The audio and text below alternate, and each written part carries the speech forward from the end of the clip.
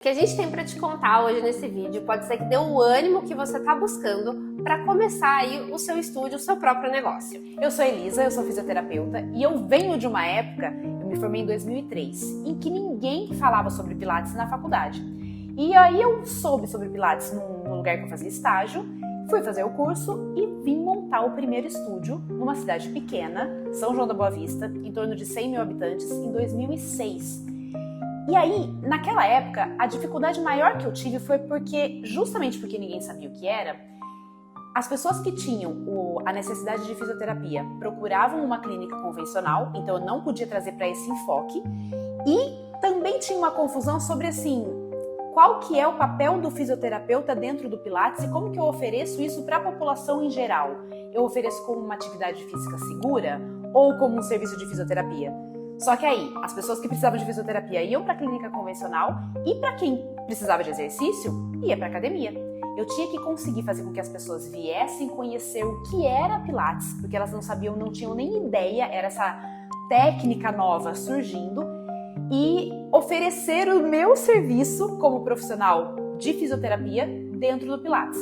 Então eu acho que o que foi mais complicado foi justamente isso, porque a gente tinha que trazer essas pessoas para cá, fazer com que elas experimentassem no corpo o que seria do Pilates e daí elas decidirem praticar uma atividade física que fosse segura e diferente do que elas estavam acostumadas indo para uma musculação.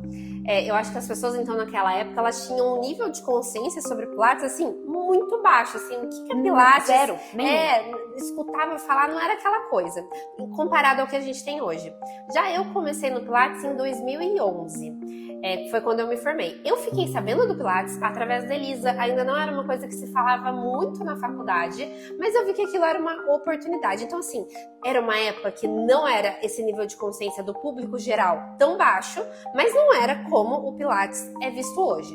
Na minha época, o Instagram também estava começando a ficar forte e o que a gente encontrava relacionado a Pilates estava muito ligado a coisas diferentes, exercícios acrobáticos, aquela coisa assim de chamar a atenção. E foi em 2011 que a gente começou a trabalhar junto.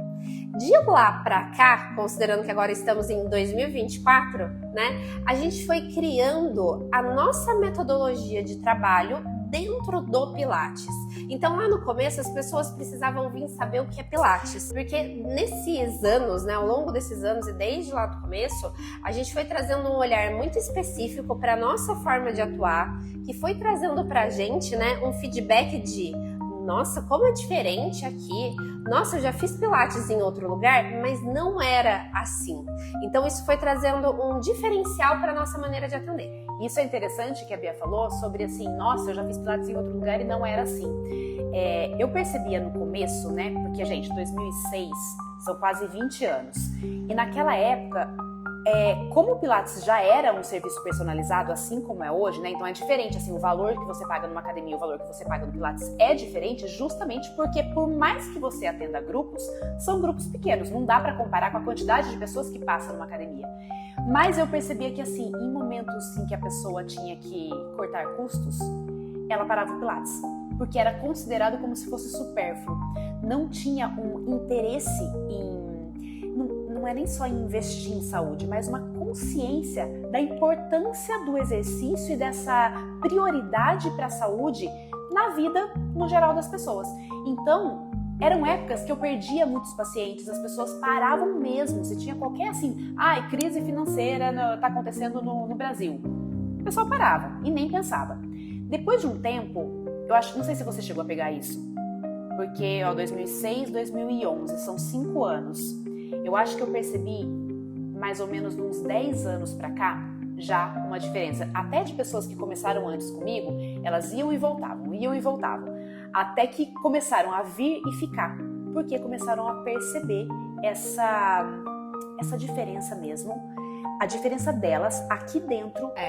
E o que a gente percebe foi que assim, essa mudança de consciência que tá crescendo cada vez mais para o cuidado com a saúde, para a importância do movimento no cuidado com a saúde, vem favorecer a gente que trabalha com o movimento.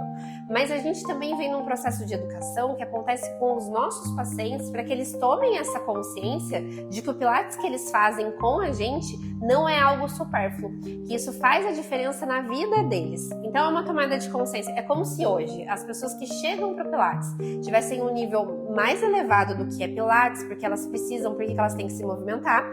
Isso facilitasse a nossa necessidade de educá-las para a importância de priorizar isso dentro da rotina da vida delas, né? Dentro do dia a dia delas. E conforme a gente foi percebendo que isso estava acontecendo, então assim, que a gente tinha um diferencial, que as pessoas estavam percebendo isso, que elas estavam valorizando isso foi solidificando cada vez mais a nossa maneira de trabalhar com Pilates. A gente aqui, né, Elisa falou no começo, em São João da Boa Vista, uma cidade do interior com 100 mil habitantes, a gente começou a mudar modelos de aulas que eram ensinados nos cursos, então todos os lugares que faziam Pilates trabalhavam, porque a gente percebia que essa mudança de metodologia marcava uma coisa muito importante para que as pessoas reconhecessem o valor do Pilates, e não o valor financeiro, mas o valor daquela forma de se movimentar, daqueles minutos dentro de um atendimento. Do cuidado com a saúde sendo promovido pela condução de alguém, que foi o que a gente fez aqui, que a gente mais vê, que essa tomada de consciência para o movimento como o promotor de saúde vem crescendo cada vez mais já fora dos estúdios. Quando a gente faz isso para a pessoa que chega e educa ela também dessa percepção do nosso trabalho como sendo uma coisa de extrema importância para a manutenção da própria saúde dela, ela se torna também uma propagadora do seu trabalho, e a tendência de aumentar a procura por Pilates ao longo agora dos próximos anos é muito grande, porque a gente ainda sabe o quanto as pessoas, por mais que tenham uma tomadinha de consciência, ainda tem muita gente para captar. Então, a tendência de crescimento é muito grande. Então a gente vê esse potencial. Por isso que eu comecei esse vídeo falando que talvez esse é o ânimo que você estava buscando, né?